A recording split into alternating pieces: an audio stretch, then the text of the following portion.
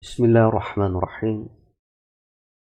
Assalamualaikum warahmatullahi wabarakatuh. Alhamdulillah wassalatu wassalamu ala Rasulillah wa ala alihi wa ashabihi wa man ittaba'a hudah. Fala hawla wala quwwata illa billah. قال الله تعالى يا أيها الذين آمنوا اتقوا الله حق تقاته ولا تموتن إلا وأنتم مسلمون. Ma'asyiral muslimin dan muslimat dimanapun berada, semoga Allah subhanahu wa ta'ala senantiasa mencurahkan rahmatnya kepada kita semuanya. Mengiringi awal-awal waktu istirahat, kembali sejenak kita menyimak uraian Al-Imam Abdurrahman ibn Nasir As-Sa'di rahimahullah tentang hakikat kebahagiaan. Poin per poin kita baca tentang bagaimana merajut kebahagiaan, karena kita menginginkan bahwa kebahagiaan kita ini benar-benar kita bisa merasakan, dan semakin bertambah kelezatan kita dalam merasakan kebahagiaan.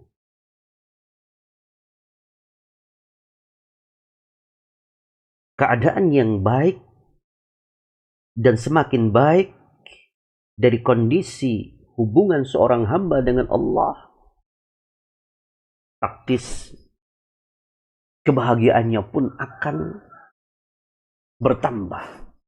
Grafiknya akan semakin bertambah. Walaupun kita sadar bahwa tidak menutup kemungkinan di sewaktu-waktu akan berkurang. Karena ini kesemuanya berkaitan dengan kondisi keimanan kita.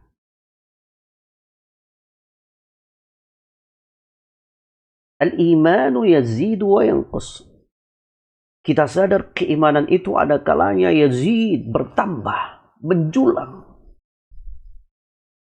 Wa yanqus, ada kalanya berkurang.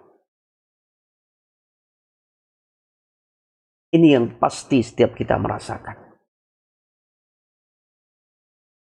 Terlebih lagi, pemandangan atau fenomena kehidupan di masa kita,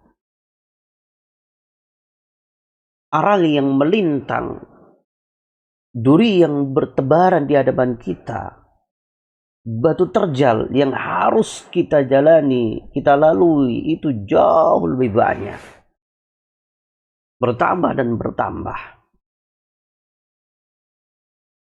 Yang akan merusak itu sisi kualitasnya dan kuantitasnya seiring dengan waktu itu bertambah.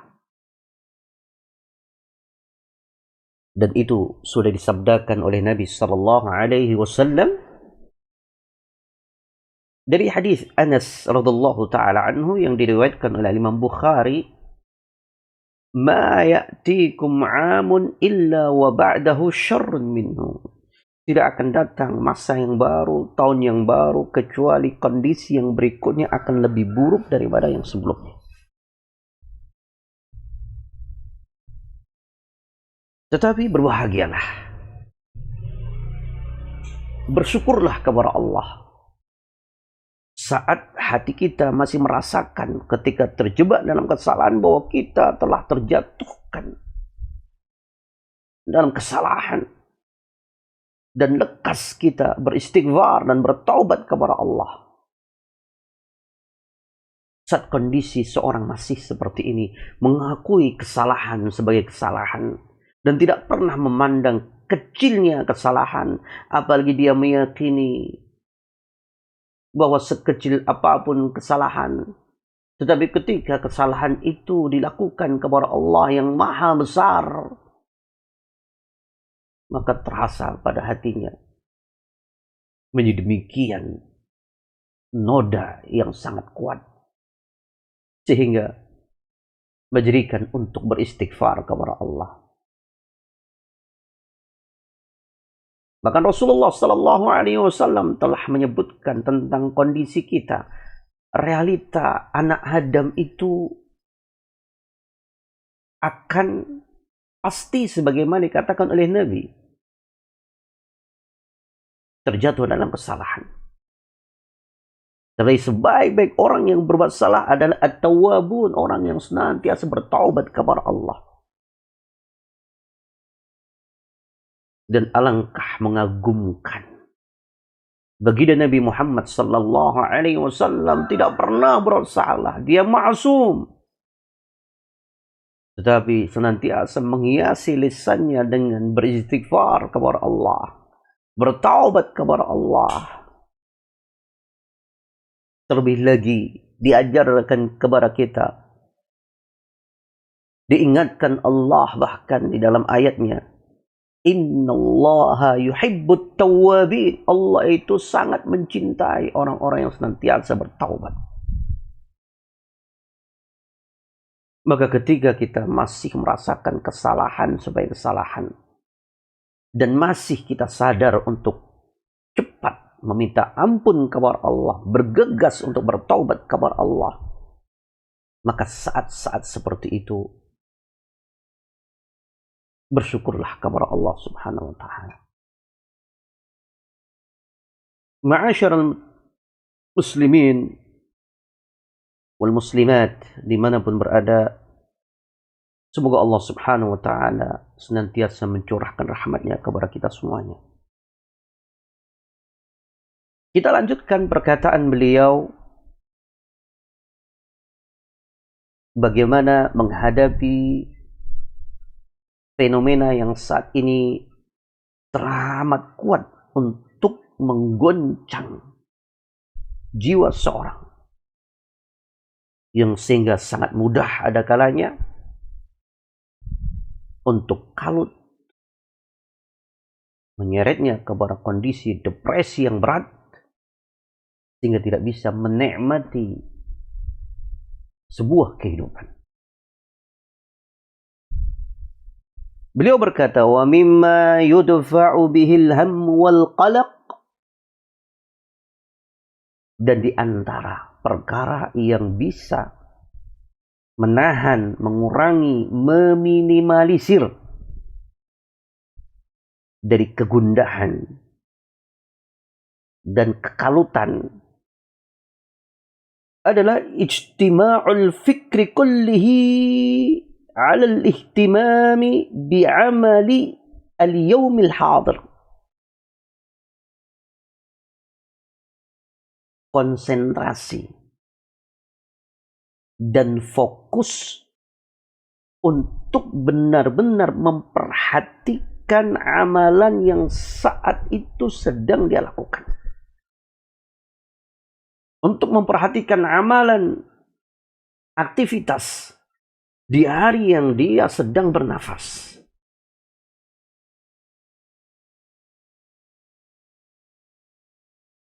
Ingat, kondisi kita ini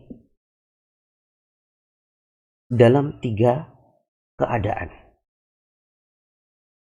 Kondisi yang telah berlalu dengan catatan-catatan kehidupan yang kelak akan kita bawa di hadapan Allah. Yang kedua, saat ini yang kita sedang bernafas, beraktivitas. Ketiga, waktu yang akan terjadi. Apakah esok hari atau yang seterusnya dan seterusnya.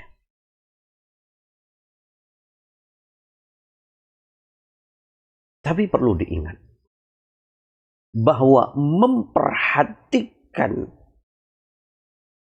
akan waktu yang saat ini kita sedang berada di dalamnya, fokus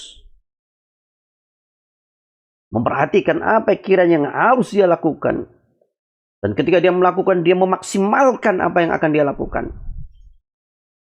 itu ternyata akan berpengaruh dengan apa yang telah terjadi, yang mewarnai catatan lembaran kehidupan kita di masa lalu, dan juga akan bisa sangat membantu dari masa yang akan datang esok hari atau kapanpun, dari waktu yang masih Allah berikan kepada kita.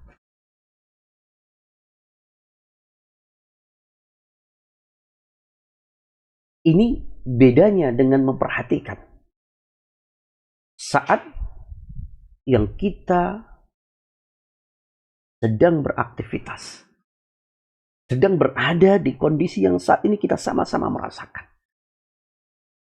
Nanti kita sebutkan bagaimana bisa merubah yang telah berlalu, dan bagaimana bisa menjadikan sesuatu yang istimewa dari apa yang akan kelak kita lakukan. Karena nanti kita akan jelaskan bahwa kesemuanya itu berkaitan dengan apa yang dikatakan azm, tekad yang kuat, bagi yang terarahkan tentunya untuk mendekat kepada Allah, untuk mendapatkan pahala dari Allah, maka subhanallah, ini akan terasa indah. Dari yang lalu, sekiranya kesalahan, maka dengan saat ini dia beristighfar dan bertobat, semua keburukan-keburukan yang telah berlalu itu akan Allah gantikan. Wa yubaddilullahu sayyi'atihim hasanat. Bahkan maha murahnya Allah dengan menyatakan Allah akan gantikan kejelekan-kejelekan mereka dengan kebaikan-kebaikan.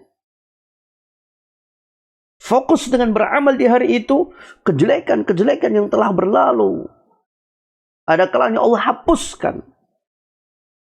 Bagaimana sabda Nabi sallallahu alaihi wasallam mengingatkan kepada kita tentang beragam keutamaan amalan. Sebagaimana yang sesaat lagi insya Allah akan kita jalani. Keutamaan berpuasa, keutamaan qiyam di malam hari. Man shoma ramadhana imanan wa ihtisaban ghufira lahu ma taqaddama min dhanbihi. Siapa yang berpuasa dengan penuh keimanan, penuh harapan untuk mendapatkan pahala, ghufira lahu, Allah akan hapuskan apa yang telah berlalu dari kehidupannya. Subhanallah, maha kasihnya Allah. Makanya memperhatikan amalan di hari itu pengaruhnya sedemikian dahsyat. Kalau dia tahu bagaimana fikih menghadapi waktu. Maka beliau tekankan kembali lagi, fokuslah di amalan yang saat ini sedang kalian lakukan. Harus jelas ada kemanfaatannya. Urusan apapun. Makanya Rasulullah Sallallahu Alaihi Wasallam tidak menyukai orang yang lalai, yang tidak ada aktivitas. Katakan dalam bahasa kita, nganggur, tidak ada kegiatan, melamun, menghabiskan waktu dengan tidur, menghabiskan waktu dengan sesuatu yang tidak bermanfaat. Karena itu umur kita yang sangat-sangat bernilai. Kata Imam Hasan al-Basri rahimahullahu ta'ala, mengingatkan kepada kita, innama anta ayyamun, kamu ini laksana susunan daripada hari-hari yang ada. Kita ini sebenarnya seakan-akan tersusun dari bagian-bagian hari. Idza dhahaba yaumun satu hari hilang, maka sebenarnya ada yang hilang sebagian daripada kita. Itu pasti. Kenapa ada yang hilang dari kita? Tangan kita utuh, mata kita utuh, fisik kita utuh. Iya, itu yang fisik. Tapi yang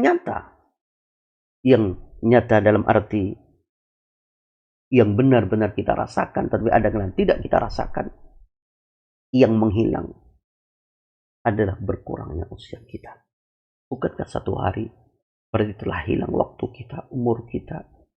Darinya kita bernafas telah hilang, tidak akan mungkin bisa kita kembalikan. Kalau jatah usia kita 60 tahun berarti sudah berkurang satu hari. Itulah hakikat yang berkurang. Kalau kita menganggap fisik kita tetap, hakikatnya pun juga akan berkurang kekuatannya. Pandangan mata akan semakin kabur, kulit kita akan semakin kendur, rambut akan semakin beruban, genggaman kita akan semakin melemah, langkah kaki kita juga demikian, semakin lambat.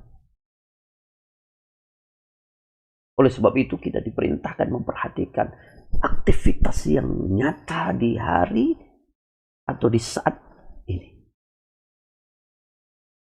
Baik, ini kita fahami, maka berikutnya kita tidak akan salah dalam memahami apa yang akan beliau katakan. Karena beliau berkata, wa qat'ihi 'anil ihtimami fil waqtil mustaqbal.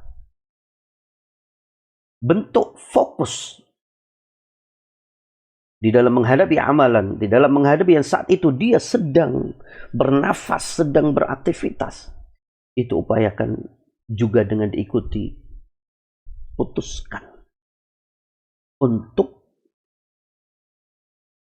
tenggelam,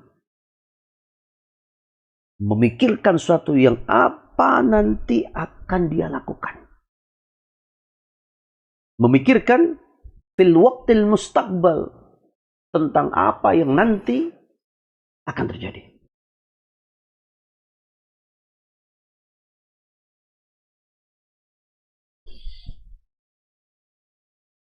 Apakah kita dilarang untuk merencanakan sesuatu yang akan datang? Tunggu dulu. Kita pahami ini dulu, nanti kita akan uraikan.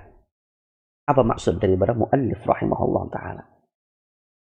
Kemudian kata beliau, wa 'anil huzni, juga kita putuskan daripada rasa kesedihan, 'anil waqtil madhi. Hilangkan rasa kesedihan dari apa yang telah terjadi di masa yang telah terjadi, yang telah berlalu.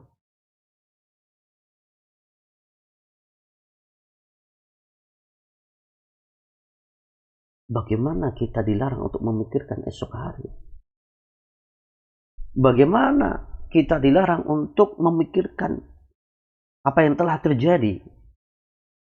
Yang dimaksudkan oleh beliau adalah sebagaimana yang akan beliau katakan berikut ini.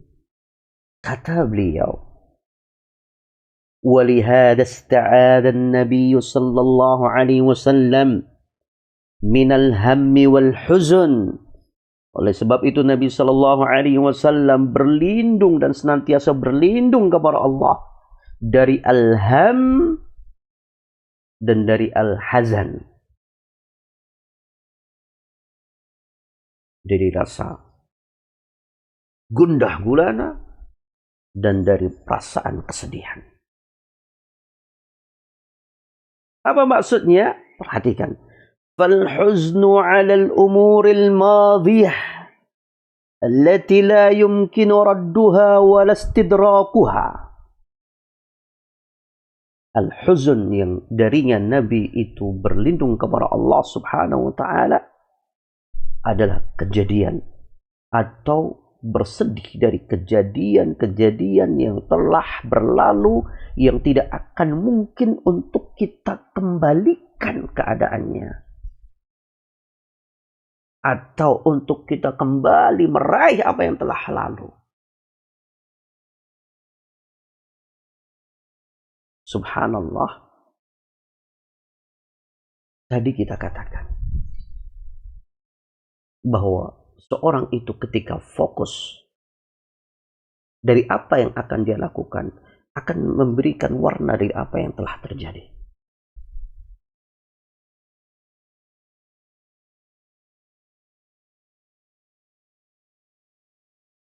Tetapi ketika seorang tidak mengetahui bagaimana berinteraksi dengan waktu yang sedang dia jalani, itu di antara dua keadaan. Pertama, dia hanya akan terjebak dalam kesedihan yang semakin menjadikan hatinya pilu, resah, memikirkan dari perkara-perkara, kejadian-kejadian yang telah berlalu, sehingga berkelanjutan.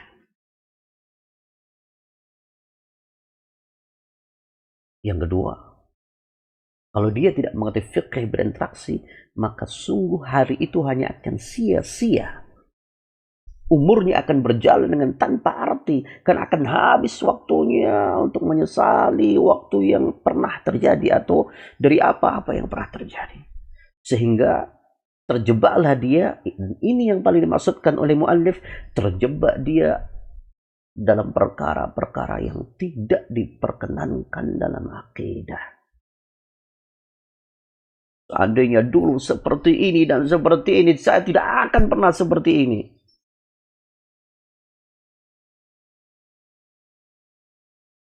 Dalam keadaan fikih untuk kita menghadapi seperti itu, dari apa yang ada adalah teringat. Sehingga kita tidak larut memikirkan apa yang telah terjadi. Nabi mengajarkan kepada kita, Qaddarallahu ma sya'a fa'al. Kita ucapkan, Qaddarallahu ma sya'a fa'al. Semuanya telah Allah takdirkan, Allah tentukan, dan Allah telah lakukan. Tenang hati kita. Apa berikutnya yang kita lakukan? Diajarkan kepada kita di saat ini mengambil pelajaran yang terbaik dari apa yang pernah terjadi. Mengambil pelajaran yang terbaik yang tentunya dengannya akan semakin terarah langkah-langkah kehidupan kita yang akan datang. Itu yang harus perhatikan.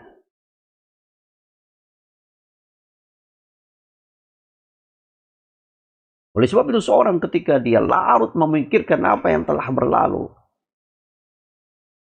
Coba kita lihat orang yang terjebak menghabiskan waktu untuk memikirkan apa yang telah lalu, sehingga stres.